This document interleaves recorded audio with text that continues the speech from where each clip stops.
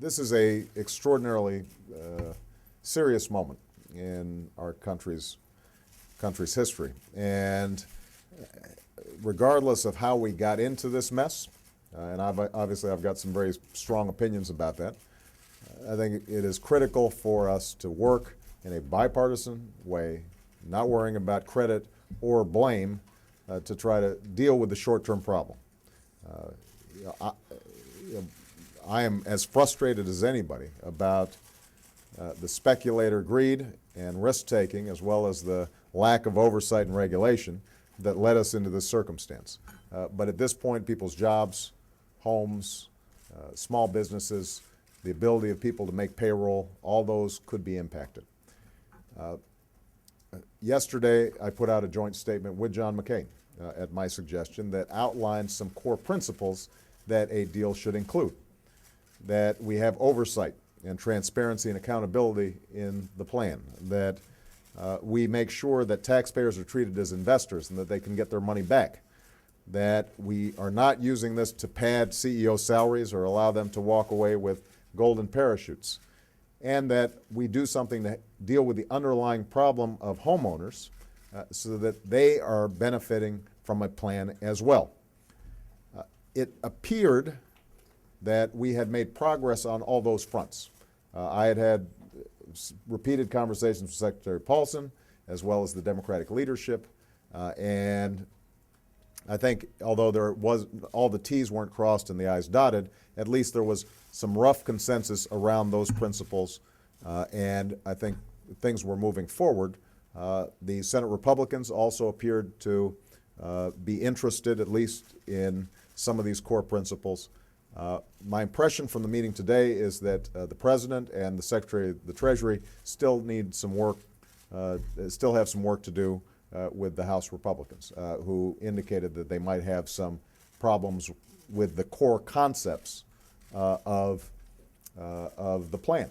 And so my hope is that we are going to have discussions. I think that it's important for those who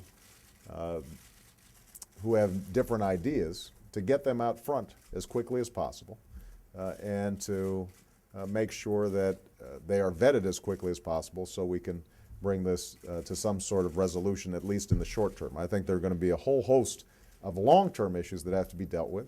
I've looked at the jobless claims today, a record, or the highest on record in the last 7 years.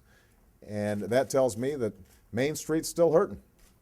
Even setting aside this immediate crisis, I still believe we need a stimulus package. I still believe that bankruptcy reform might be appropriate. I still believe that we've got some structural problems because the fundamentals of the economy are not strong.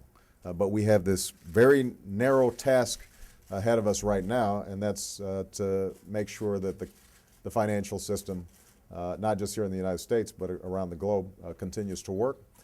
So I'll be staying in Washington tonight. I'll be having conversations with congressional leaders. Hopefully I'll be able to reach out to Secretary Paulson as well. And then, hopefully then the negotiations proceed tomorrow. One last point I want to make, though, because I think there's obviously some curiosity about the role of the presidential candidates in this entire process. What I've found, and I think was confirmed today, is that when you inject presidential politics into delicate negotiations, it's not necessarily as helpful as it needs to be. Just because there's a lot of glare of the spotlight, there's the potential for posturing or suspicions, and I think that the way that I've been working over the last week, constantly in contact with the Secretary and the congressional leaders, may end up creating an environment in which you can actually get something done. Because as I said before, when you're not worried about who's getting credit or who's getting blame, then things tend to move forward a little more constructively. So last point I'll make about the debates tomorrow. I believe that the most important thing that John McCain and I can do tomorrow, in addition to continuing to monitor the situation and talking to congressional leaders and the administration, is to go to Mississippi for 90 minutes, go before the American people, and explain our vision of where the economy needs to go. One of us is going to be in charge of this mess in 4 months.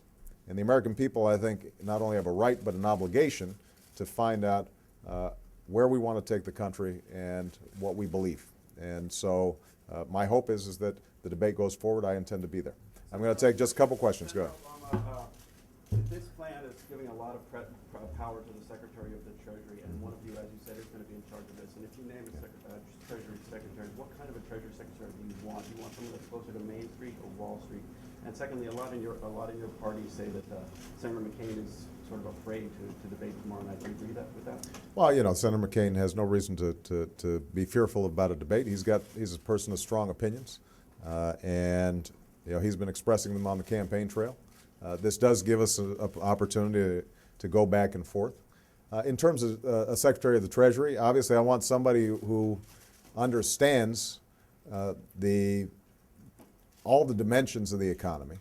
I want somebody, and we're going to need somebody in there who understands the financial system and how Wall Street works, but we also have to have somebody who in their gut understands that the American people on Main Street have been hurting for a very long time, not just since this crisis. Their wages and incomes have flatlined. The economic theory that we give those at the top the most and that somehow prosperity trickles down has not worked. In fact, pain's trickled up because people, you know, are overextended. They've got too much debt. Their wages or incomes are not keeping up with their costs. And so the job, I think, of the next president and the next Treasury Secretary is a very simple test. In addition to making sure that our financial markets function, is the average American family seeing their incomes rise to keep pace with their costs? You know, is the bus driver, the teacher, the nurse, the cop, the people who are earning a paycheck every day, are they able to maintain a home, send their kids to college, have health care, and avoid bankruptcy when they get sick, and retire with some dignity? And you know, I think that a Treasury Secretary whose head's up in the clouds and doesn't understand what the American people are going through, and also doesn't understand what the purpose of economic growth is, which is to allow ordinary folks to live out their dreams and pass on a better life to their children, well, that Treasury Secretary is probably not going to be in an Obama administration. Go ahead. Senator, what do you think was accomplished in the White House meeting this afternoon? And some of your Senate colleagues have called it just hours of political theater. Do you agree with that assessment? As I said before, I'm not clear that in a very difficult situation like this, that doing things in the spotlight and injecting presidential politics is necessarily useful. Jay.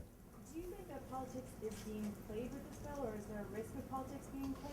And also, given the time-sensitive nature of the bill, with Wall Street dropping hundreds of points every day, should House Democrats consider passing this bill without the support of House Republicans? Well, keep in mind, you know, House Democrats and Senate Democrats and me and the leadership are all pretty burned up about this thing. I mean, this wasn't happening on our watch. You know, we weren't, preventing some of the regulatory reforms that might have prevented us from getting here. Having said that, I think we all want to act responsibly. And so, for example, yesterday I mentioned something I care very deeply about, that you've got a bankruptcy law that says to the person with one home worth maybe $100,000, a bankruptcy judge can't modify the terms of your payments, your mortgage, when you get into trouble. But you know what? If you've got 7 homes or 10 homes or 15 homes, you can have the second, third, fourth, and so on modified. Now, there's something about that that's just not right. I think the American people understand that. I think we should reform that. And you have a pretty good argument that that might be part of a package. But given the knowledge that there's adamant Republican resistance to changing that, I said yesterday that shouldn't be in the package. We can try to run that on a separate track. I believe very strongly that we need an economic stimulus right now because states and local governments, their books are going through a bloodletting right now, and they're going to start laying people off, and you're going to start having a situation where precisely when people need more services, that they're seeing less. We should be investing in infrastructure. We should accelerate a energy rebate or tax cut because people are going to have to prepare for winter.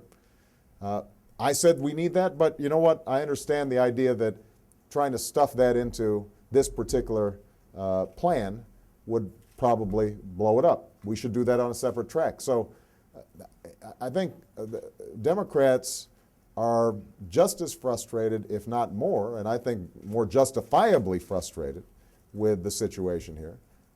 I am advising the congressional leaders that we shouldn't try to load this thing up, that at some point we may need to hold our nose and act in what's going to be of the best immediate interests of the country, and there are no good options at this point. There are bad options and worse options. Sounds familiar from our discussions of Iraq. But I have to tell you that the Republicans are going to have to take some responsibility as well. And I think that's what bipartisanship means. Bipartisanship is not, you have one party sitting on the sidelines with maybe 3 or 4 participating, and everybody else carrying the weight. But my hope is that everybody recognizes that this is in the interest of America, regardless of party, that you've got small business owners out there, you've got retirees out there, you've got kids looking for college loans out there, you've got folks who are already worried about losing their job out there across the political spectrum, and we need to make sure that we get something done.